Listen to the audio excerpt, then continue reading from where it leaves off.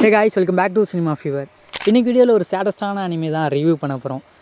ஸ்டார்டிங்லேயே சொல்லிடுறேன், this anime series not for soft hearted persons and sensitive persons. இதுக்கப்புறம் பார்க்காததும் உங்கள் இஷ்டம் தான். இந்த இயர் நான் நிறைய அனிமேஸ் ட்ரை பண்ணியிருந்தேன். Like action, romance, thriller, scifi, இந்த மாதிரி நிறைய கேட்டகரி அனிமேஸ்லாம் கவர் பண்ணியிருந்தேன்.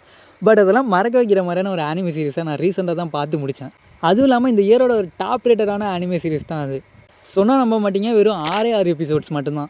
என்ன ப்ரோ சொல்கிறீங்க, 6 எபிசோட்ஸ் இருக்கிற ஒரு அனிமே சீரிஸ் இந்த வருஷம் ரிலீஸ் ஆனால் பயங்கரமான அனிமே சீரிஸ்லாம் பீட் பண்ணிடுச்சா அப்படின்னு கேட்டிங்கன்னா, எஸ், அதுதான் உண்மை. டக்கபீஸ் ஒரிஜினல் சின் அப்படிங்கிற ஒரு அனிமே சீரிஸோட ஃபுல் ரிவ்யூ தான் இன்றைக்கி பார்க்க போகிறோம். எந்த ஒரு ப்ரொமோஷன் அண்ட் ஹைப்பும் இல்லாமல் ரிலீஸ் ஆன ஒரு அனிமே சீரிஸ் இன்றைக்கி இவ்வளோ ஃபேமஸாக இருக்குது.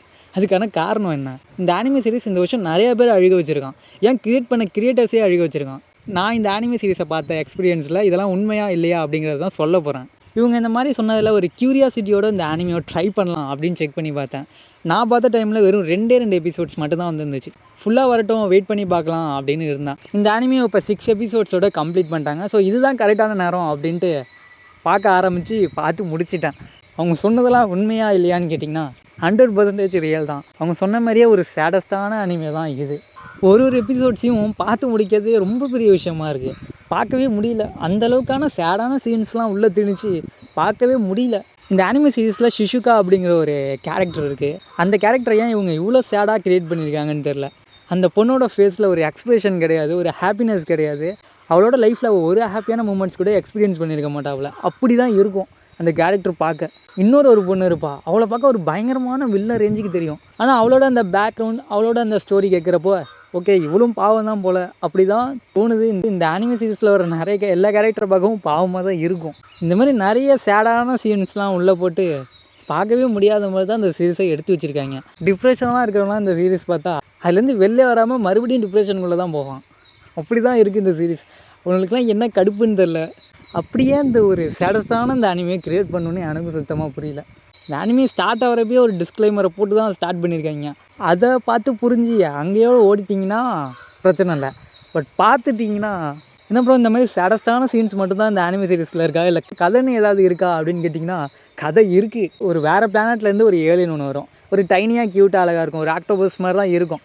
அது ஷிஷுகாங்கிற அந்த பொண்ணை பார்த்து அவளோட அந்த சேடான லைஃப்பை வந்து மாற்றணுன்னு ஆசைப்படும். அதோட கோலாகவே மாறிடும். அதுக்காக இதுக்கிட்ட இருக்கிற நிறைய கேஜெட்ஸ்லாம் எடுத்து கொடுக்கும். அந்த ஏலியன் ஹாப்பி பிளானட் அப்படிங்கிற ஒரு இடத்துலேருந்து வந்திருக்கான். அது இவ்வளோ ஹாப்பியாக மாற்றுறதுக்கு சில கேஜெட்ஸ்லாம் எடுத்து கொடுக்கும். லைக் டோரிமான் மாதிரி தான், பட் டார்க் டோரிமான். இந்த கேஜெட்ஸும் லைஃப்பை பெருசாக எதுவும் மாற்றுற மாதிரி தெரியல. அப்புறம் ஷிஷுகா கிட்ட அந்த ஒரு ரோப் ஒன்று எடுத்து கொடுக்கும். அது வரைக்கும் அந்த அனிமே சீரிஸ் வந்து ஒரு ஃபன்னியாக தான் போயிட்டு இருந்துச்சு. ஓகே, அவங்க சொன்ன மாதிரி சேடஸ்டாலாம் இல்லை, ஒரு ஃபன்னியாக தான் போகுது அப்படின்னு நினச்சிட்டு இருந்தேன். அந்த மைண்ட் செட்டை மாற்றுற மாதிரியான ஒரு சீன் ஒன்று வந்துச்சு. அடுத்த சீன் நம்ம ஷிஷுகா அந்த பொண்ணு வந்து அதெல்லாம் எப்படி சொல்கிறது, அந்த சீன்லாம் தெரில. அந்த எபிசோடெலாம் பார்க்கவே முடியல.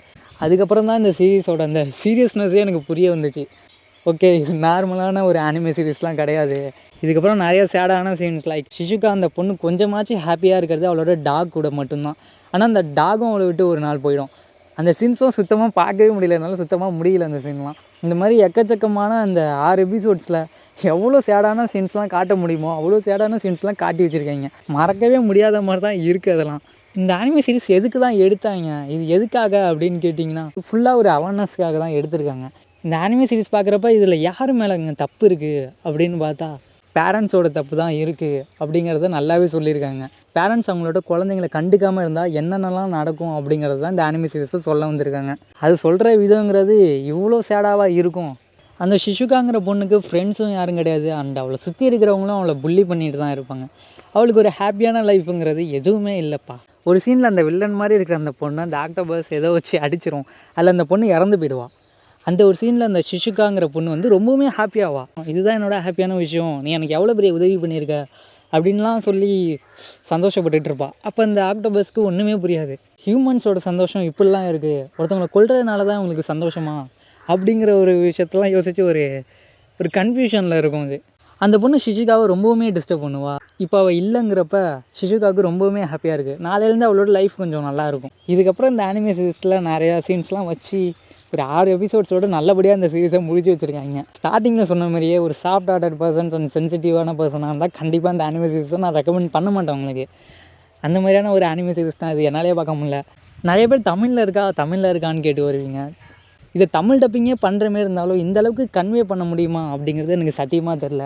இதில் கிடைக்கிற அந்த ஃபீல் வந்து தமிழ் டப்பிங்லாம் அவங்க கொடுப்பாங்களா அப்படிங்கிறது ரொம்ப டவுட்டு தான்.